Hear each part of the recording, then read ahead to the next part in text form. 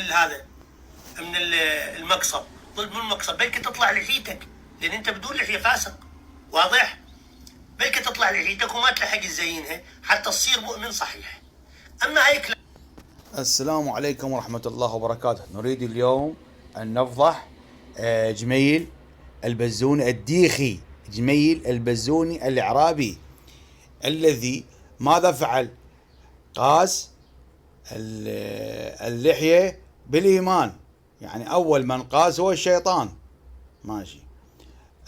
زميل بزوني جميل، أول شيء أنت ارتكبت مغالطة منطقية، وأنت ما هي أنك هاجمتني وماذا فعلت؟ وتركت الفكرة التي جلدتك فيها. نحن نتكلم في موضوع ورددت عليك بفيديوهات، وهذه الفيديوهات أوجعتك، والصراخ يا جميل بزوني يا جميل على قدر الألم. أنا أوجعتك كثيرا في الفيديوهات. أنت ماذا فعلت؟ هاجمتني وتركت الفكرة. هاي مغالطة بالمنطق. هاي اتعلم يا جميل بزوني. سوف أريك الروايات عن أئمتنا وماذا قال السيد أبو القاسم الخوئي حول هذه الروايات، وهو يضعفها ويقول عنها مرسلة، التي أنت تؤمن بها وتقول الذي يحلق لحيته ما هذا فاسق. أتحداك أن تأتي برواية صحيحة عن أئمتنا الذي يحلق اللحية هو فاسق. أتحداك يا جميل بزوني، يا ديخي، يا جاهل.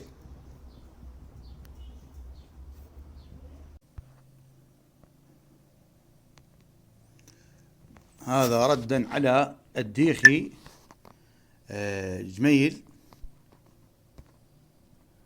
ردا على الديخي جميل البزوني الذي اتهمنا وقال ان حليق اللحية، ماذا هو حليق اللحية؟ ان حليق اللحية انه فاسق. خلنا ارد عليك من يا هو زعيم الحوزة السيد ابو القاسم الخوئي اللي تقول عنه انه الاعلم. هذا مركز الامام الخوئي. ماشي، سنذهب الى الروايات. ماذا قال عن الروايات يا ديخي يا جميل؟ مسوي لك مكتبة خلفك وتتهم الآخرين. يعني على الأقل قرأت آراء السيد الخوئي ماذا يقول في رواية حلق اللحية يا جويهل. دعني أريك، دعني أجي هاي الرواية الثالثة. ففي الوسائل الجزء الثاني صفحة 116 أبواب آداب الحمام، الباب 67 حديث الأول والثاني والثالث، والوافي الجزء السادس صفحة 657 حديث الثامن والتاسع، باب جز اللحية. عن الصدوق قال رسول الله صلى الله عليه وآله: حفوا الشوارب واعفوا اللحى ولا تتشبهوا باليهود. شو يقول سيد اخوي؟ وهي مرسلة، وهي شوفها زين جميل، شوفها زين، وهي مرسلة. الديخي جميل ماذا يقول سيد اخوي عن هذه الرواية؟ يقول عنها مرسلة. هاي الرواية الأولى. أخذ الثانية.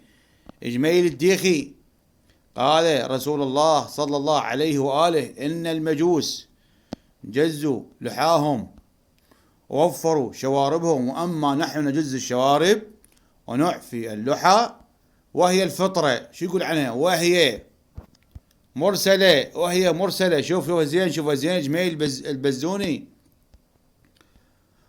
هاي الرواية الثالثة. وفي المزبور من الوسائل عن معاني الأخبار الصفحة 291 الجزء الأول بإسناده عن علي ابن غراب عن جعفر ابن محمد عن أبيه عن جده قال رسول الله صلى الله عليه وآله: حفوا الشوارب واعفوا اللحى ولا تشبهوا بالمجوس. ماذا قال عنها؟ وهي ضعيفة. شوفها زين جميل بزوني. جميل ماذا يقول؟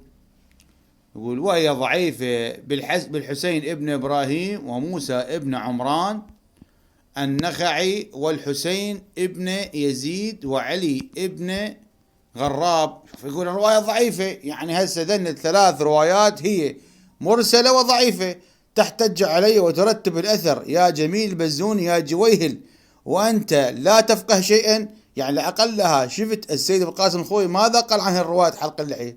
هل هي وافقة لسنة الأئمة أو أنها جاءتنا من المخالفين؟ يا جويهل هذه الروايات جاءتنا من المخالفين، نحن عندنا ضعيفة ومرسلة. يا ديخي شوف ماذا يقول السيد الخوئي، ماذا يقول السيد الخوئي في هذا الروايات. شوف أقول الظاهر أن الأمر بالإعفاء عقيب الإحفاء ثم النهي عن التشبيه باليهود ما ذكره المحدث الكاشاني رحمه الله بعد نقل الحديث من أن اليهود لا يأخذون من لحاهم بل يطيلونها، وذكر الإعفاء عقيب الإحفاء ثم النهي عن التشبيه باليهود، دليل على أن المراد بالإعفاء أن لا يستأصل ويؤخذ منها من دون استقصاء، بل مع توفير وإبقاء بحيث لا يتجاوز القبضة فتستحق النار. وعلى هذا ماذا يقول سيد أخوي؟ وعلى هذا فلا دلالة في ذلك على حرمة حلق اللحية. شوف جميل بزون جميل، شوف فلا دلالة في ذلك على حرمة حلق اللحية، لأن المأمور به حينئذ هو الإعفاء وإبقاء اللحية بما لا يزيد على القبضة، وهو ليس بواجب قطعا، وهو ليس بواجب قطعا.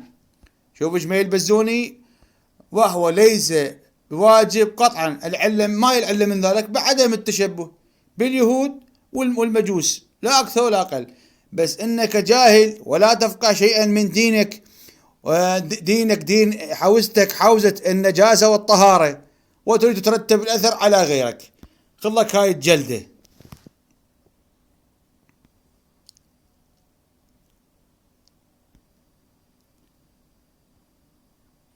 وأيضا ماذا قال السيد أخوي؟ وعليه فلا يدل هذا النهي عن حرمة حلق اللحية وترك الشوارب معا، فإن نفي التشبيه يحصل بفعل أي منهما.